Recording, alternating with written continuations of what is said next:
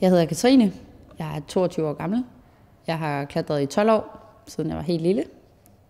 Og så arbejder jeg fuldtid her i Copenhagen Boulders.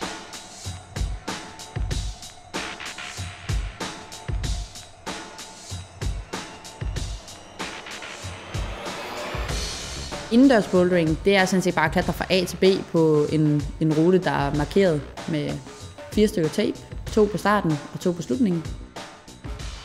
Hvis jeg skal fremhæve én ting ved Copenhagen Boulders, der er helt speciel, så er det, at dem, der arbejder herude, og dem, der er her hver dag, de selv er klatrere. Det her, det er et klatrested, der er lavet af klatrere til klatrere.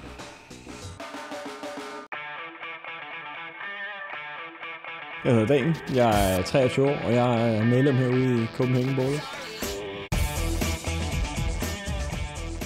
Med bouldering behøver du ikke en sikringsmand. Det er meget mere fleksibelt. Du kan bare gå fra rute til rute, hvis det er det, du har lyst til, uden at skal hive fat i en og spørge, vil du lige sikre mig?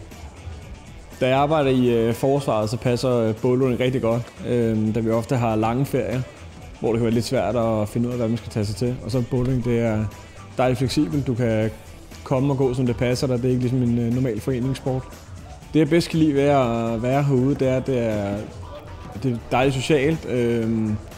Når man er i gang med en eller anden rute med ens kammerater, så snakker man om, hvis man bliver faldet den samme, om hvordan løser vi den her, og vi med at hæppe på hinanden, og de får arbejdet også igennem det. Vi fandt ud af, at Copenhagen Boulders nok var stedet, vi skulle være, da vi allerede havde en kammerat, der klatrede herude. Vi snakkede rigtig godt om det, og så sagde jeg, prøv at komme med herude en dag.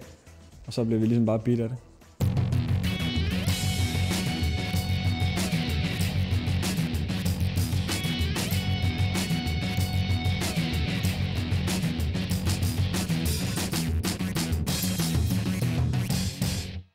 Det, der gør, at folk kommer herud til os, det skyldes mange ting, tror jeg.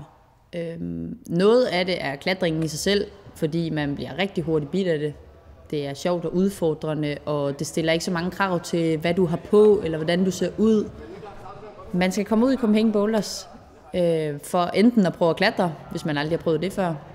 Det er rigtig sjovt. Eller også skal man komme herud for at møde nogle nye mennesker, end dem man plejer at møde.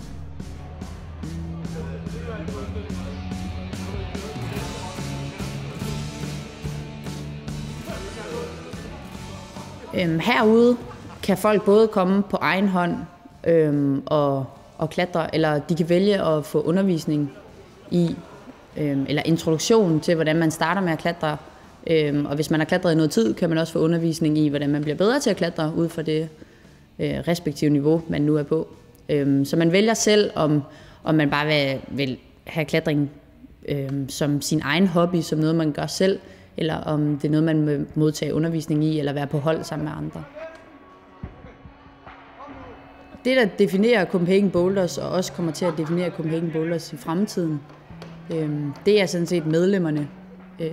Os, der arbejder her, vi gør vores bedste for at sørge for, at vi følger med de ønsker, der er for medlemmerne, følger med den strøm, der bevæger sig i Klatre Danmark. Så jo flere medlemmer vi får herude, jo mere væg vil vi også give medlemmerne, og jo mere klatring vil vi også give medlemmerne. Og vi sørger for at lytte til folk. Hvad skal der være mere af? Hvad skal der være mindre af? For på den måde, når folk får indflydelse, så kan de også godt lide at komme i Copenhagen Boulders. Og det er sådan set det, der definerer fremtiden.